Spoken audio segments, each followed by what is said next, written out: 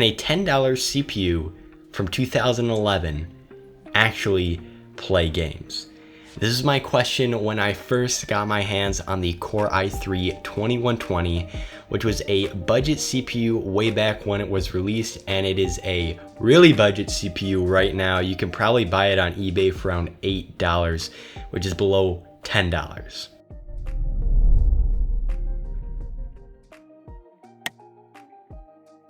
So if you saw my previous video, I actually showed you how you could build a PC for under $300 in 2021, which is quite a big feat, especially because of the raised prices of components. And a lot of the stuff in there was used, including the CPUs. And now since the CPUs had to be used and they also had to be pretty cheap, a lot of them were from the 2011 to like 2013 era.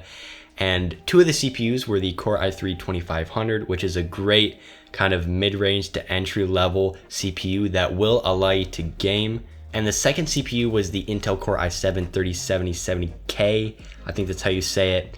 That's an unlocked processor, and it'll allow you to overclock up to 1 GHz above the base clock speed. So both of those CPUs are great for budget builds because one is only $20 and the other is around $60 to $90 depending on which seller you get. But this CPU, the Core i3-2120, was not on that list because I knew it wouldn't necessarily be able to support gaming right out of the box, but I wanted to see after some tweaking what kind of performance I could get out of it. So right off the bat, I decided to run Cinebench, which is a CPU benchmarker, just to get a base for what the performance of this CPU was, and it ended up getting around a 1400. Now, in my mind, I really wanted to overclock this CPU by increasing the voltage. And with unlocked CPUs, especially from this time period, the only way that you can get kind of the max performance out of them, you can't overclock them at all. You can't mess with the core frequency. But what you can do is allocate them more power, which will allow them to function at a higher speed more consistently. So I did a deep dive into Windows settings and I set the power function to prioritize performance. And I also went in and enabled all the threads on the CPU to function all the time. And after this, I also downloaded some sketchy third-party software that supposedly unlocked the full potential of this CPU. I don't know if the third-party applications really did anything. I'm pretty certain they were made for unlocked CPUs. But nevertheless, I did mess with the settings and it did tell me I was doing something, so we'll see what happens when we actually run the final benchmark on the CPU. Another thing I was hoping to get more control over in the BIOS was adjusting the power settings a bit more, but this Acer board is very old and it doesn't have those types of features.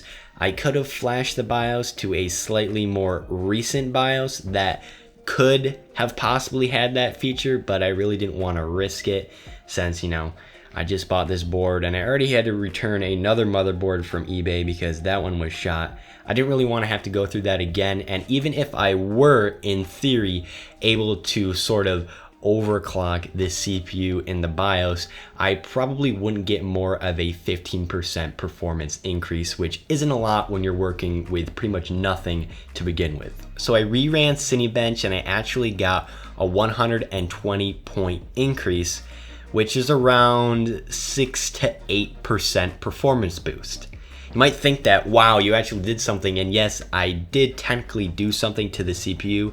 I did tweak it and I did increase the performance, but 8%, as I said before, when you're starting with not a lot of performance to begin with, is pretty much unnoticeable unless you're running benchmarks like this. So to the gaming, even with our 8% performance boost, CSGO still only runs at around 10 FPS, which is, it's unplayable pretty much. Other than League of Legends, this is a obsolete and very, very old CPU. For kicks, I did put in my 1650 into this system just to see what would happen. And as suspected, I got an 80% bottleneck. So I was only getting 150 FPS in CSGO on ultra low settings, which isn't good since I should be getting around 300 to 400. That being said, this CPU is useful if you're going to be like coding or you're going to be doing schoolwork. It runs great like that. I actually have it in this PC behind me here.